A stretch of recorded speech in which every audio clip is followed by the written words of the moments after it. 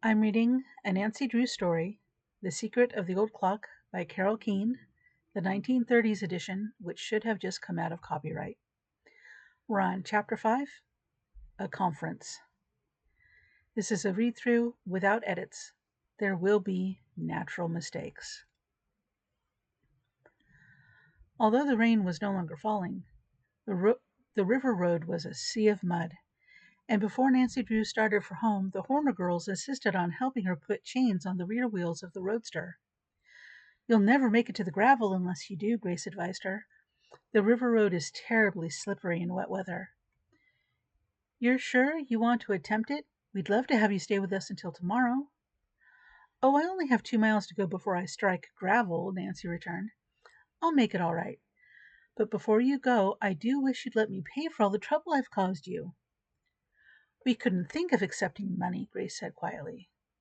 "It's been fun having you here," Alia added. At last, after thanking the Horner girls' sisters for their hospitality, Nancy told them goodbye. Allie and Grace watched her until she had backed the roadster from the barn and was safely on the road.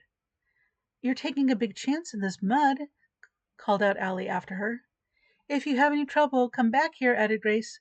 "That is, if you can get back. Don't skid into a tree or into a ditch. That would be worse." "What are you trying to do? Make me nervous?" demanded Nancy, but with a smile on her face. "No, we only want to see you get home safely," answered Grace. And by that time the car was so far on its way no more could be said. Once on her way, Nancy had little trouble, for she was a skillful driver. The mud was heavy, but although the roadster slipped about, she managed to keep it in the road. Nevertheless, she was relieved when at last she reached the main graveled highway. "I'll stop at Father's office," she decided as she drove into River Heights. "I want to tell him all about my adventure right away." She parked the car and surveyed it rather ruefully as she climbed out. "Poor thing needs a bath. But even if I did get into the mud, it was worth it. Otherwise, I would never have found out about the Horner girls." As Nancy was admitted to her father's private office, he arose from his chair to greet her. "I'm glad you're here safe and sound," he declared in relief. "I've been worried ever since that storm came up. I telephoned the house, and Hannah said you weren't back. It gave me a bad scare." "I had a little adventure," Nancy announced with an important air. Quickly, she told of her meeting with the Horner sisters, and what she had learned concerning the Crowley will. "Allie and Grace Horner are as poor as church mice, but they're proud, too," Nancy ended. "If only we could do something to help them. They deserve a portion of the Crowley estate, but they'll never get it unless someone takes a hand." From what you say, it looks as though Crowley really did make a will in their favor," Carson Drew commented thoughtfully. "I never had any particular liking for Richard Topham, and I'll admit it would please me to see him lose the money. I'll be glad to do anything I can to help the Horner girls, Nancy. We might invite them to the house for a little conference." "I was hoping you'd suggest that." "You say the girls have no idea what became of the will?" "They never saw it." "Well, I suppose that by talking with them we may learn something which might serve as a clue." "I'll invite them to the house tomorrow if you want me to," Nancy said quickly. "You're so clever at asking questions, and the Horner girls would do anything in their power to help." Mr. Drew studied his desk calendar for a moment. "All right, but make it day after tomorrow afternoon at 3. I have no appointment for that hour." Now that she had accomplished her purpose, Nancy gave her father a hug and fairly danced towards the door. "I knew you'd try to help them," she called back over her shoulder. "Now that you promised, I'll scamper off and let you get your work done." Nancy's interest in the Crowley case had intensified since her chance meeting with the Horner girls, and it was with impatience that she awaited the conference. All the day of the appointment she kept watching the clock, wondering if Allie and Grace would keep the engagement. She had sent them the invitation and they had promised to come. But Nancy was a trifle uneasy, especially as the hour of 3 approached and the two girls had not arrived. I don't see why they don't come, she fretted. The words were scarcely out of her mouth when the doorbell jangled. That must be the girls now, she cried as she hurried to the door. It was indeed Allie and Grace Horner. Nancy greeted them enthusiastically and ushered them into the comfortable study, introduced her father. At first the Horner girls were rather ill at ease, but after a few minutes they relaxed and began to talk frankly. Tell me about Josiah Crowley, Carson Drew suggested.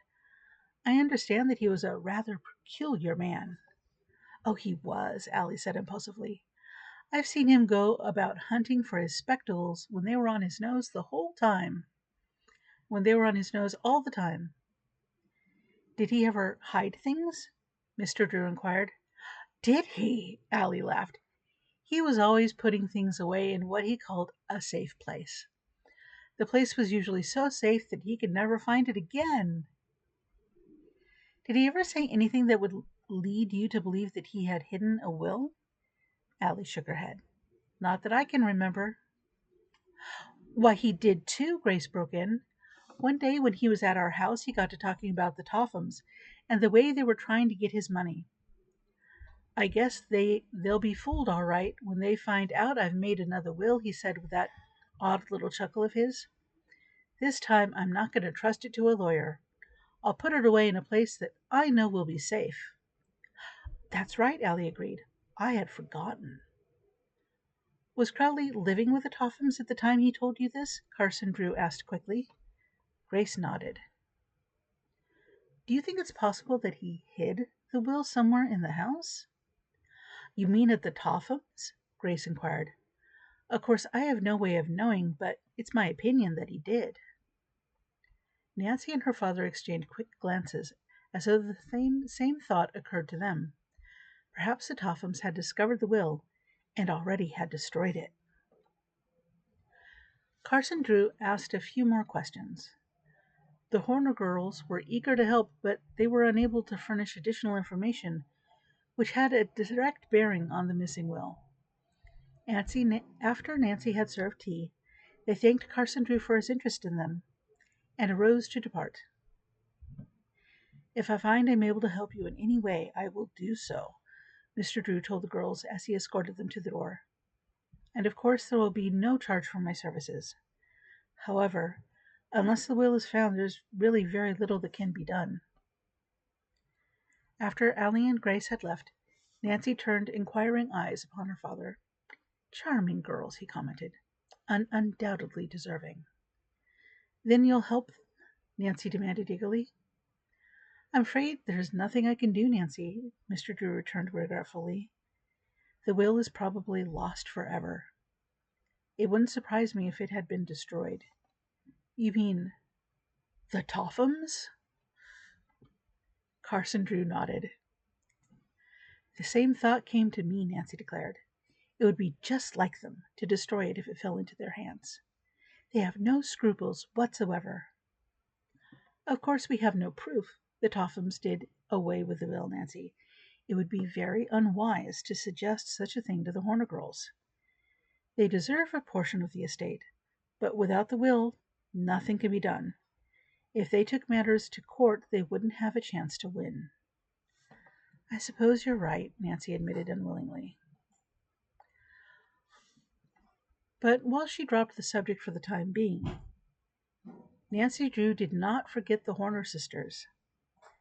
She continued to hope that by some queer twist of fate, they would come into their rightful inheritance.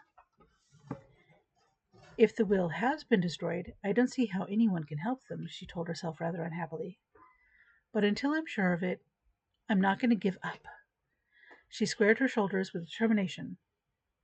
I'll find some way to discover what became of the will.